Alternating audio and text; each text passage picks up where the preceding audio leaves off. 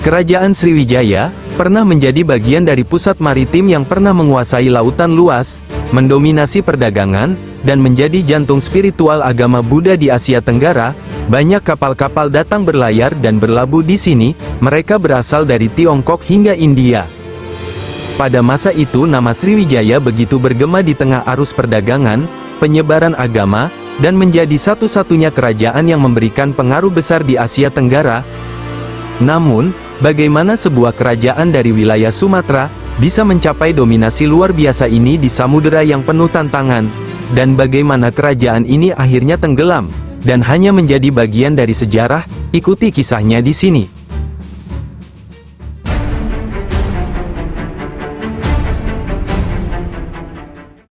Kerajaan Sriwijaya diyakini berdiri sekitar abad ke-7 Masehi di Sumatera bagian selatan, di daerah yang sekarang dikenal sebagai Palembang. Bukti arkeologis dan prasasti kuno, seperti prasasti Kedukan Bukit tahun 683 Masehi, menunjukkan bahwa Sriwijaya mulai muncul sebagai kekuatan dominan di wilayah tersebut pada saat itu. Nama Sriwijaya berasal dari bahasa Sanskerta. Sri berarti bercahaya atau gemilang, dan Wijaya berarti kemenangan, mencerminkan kebesaran dan keagungan kerajaan ini. Sriwijaya mulai berkembang sebagai kekuatan maritim yang luar biasa dengan menguasai jalur perdagangan di Selat Malaka, salah satu jalur laut tersibuk di dunia, yang menghubungkan India dan Cina. Ini memberi Sriwijaya posisi yang strategis untuk mengontrol dan mengatur perdagangan di wilayah tersebut, khususnya dalam rempah-rempah, emas, dan sutra. Salah satu tokoh kunci yang membangun fondasi awal Sriwijaya adalah Dapunta Hyang Srijayanasa. Sebagai penguasa pertama yang diketahui, ia memulai ekspansi teritorial dan memperkuat kekuasaan di wilayah sekitarnya. Berdasarkan prasasti, Dapunta Hyang memimpin ekspedisi militer besar yang dikenal sebagai Sidayatra, atau perjalanan suci untuk memperluas pengaruh kerajaan. Ekspedisi ini tidak hanya menaklukkan wilayah-wilayah baru, tetapi juga memperluas jaringan perdagangan dan memperkuat posisi Sriwijaya sebagai pusat ekonomi dan keagamaan. Sriwijaya mencapai puncak kejayaannya pada abad ke-8 hingga ke-11 Masehi, saat berhasil menguasai seluruh kawasan perdagangan di Asia Tenggara. Kerajaan ini tidak hanya unggul dalam perdagangan, tetapi juga menjadi pusat pembelajaran agama Buddha. Kuil dan biara besar dibangun, menjadikan Sriwijaya tempat belajar bagi para biksu dari berbagai penjuru Asia, termasuk biksu terkenal seperti Yi Xing yang berasal dari Cina dan belajar di Sriwijaya pada abad ke-7 Masehi. Posisi strategis Sriwijaya sebagai penguasa Selat Malaka juga membuat kerajaan ini kaya melalui pajak dan upeti dari kapal-kapal yang melewati wilayahnya.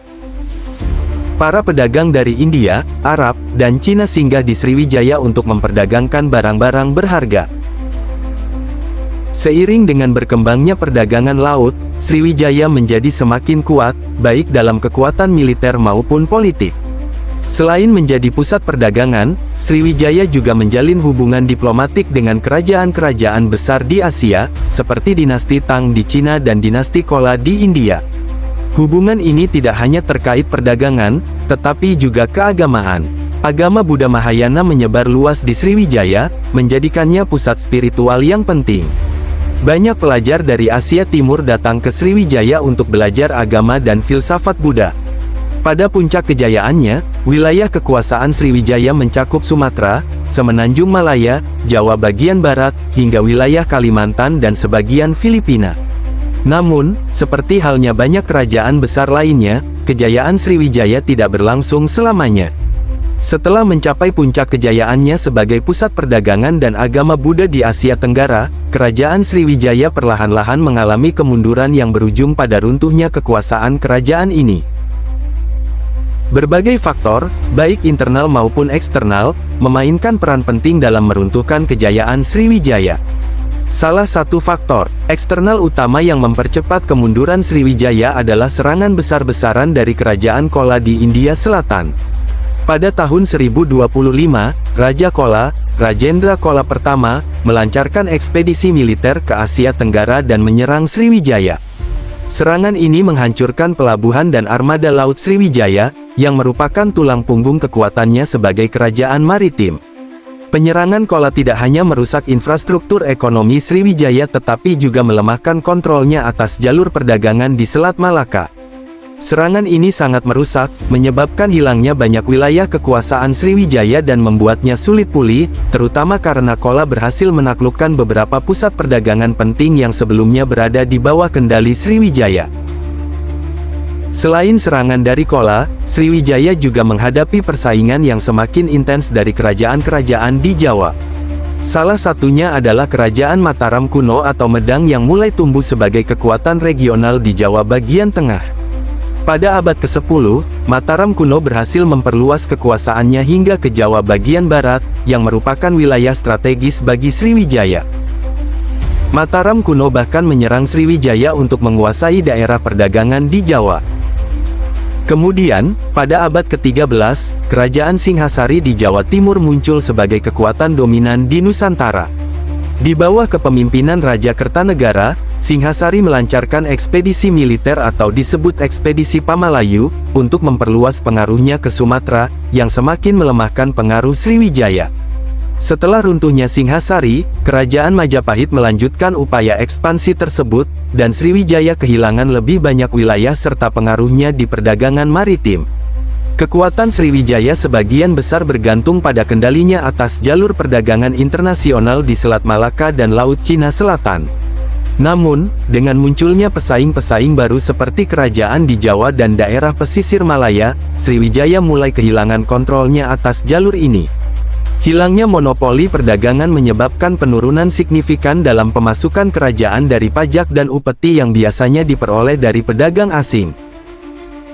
Seiring dengan hilangnya kontrol atas Selat Malaka, beberapa pusat perdagangan yang dulunya berada di bawah kendali Sriwijaya mulai mengalihkan aliansi mereka kepada kekuatan-kekuatan baru, terutama kerajaan di Jawa dan Malaya.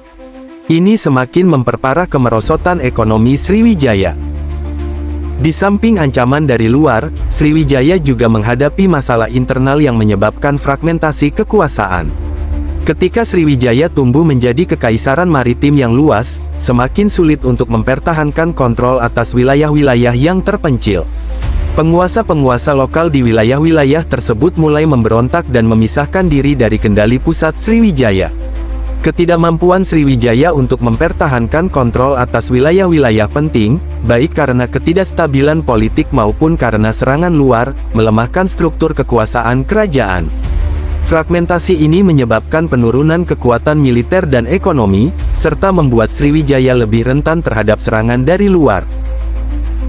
Pada abad ke-12 dan 13, terjadi perubahan dalam rute perdagangan internasional, terutama setelah invasi Mongol ke Asia Timur.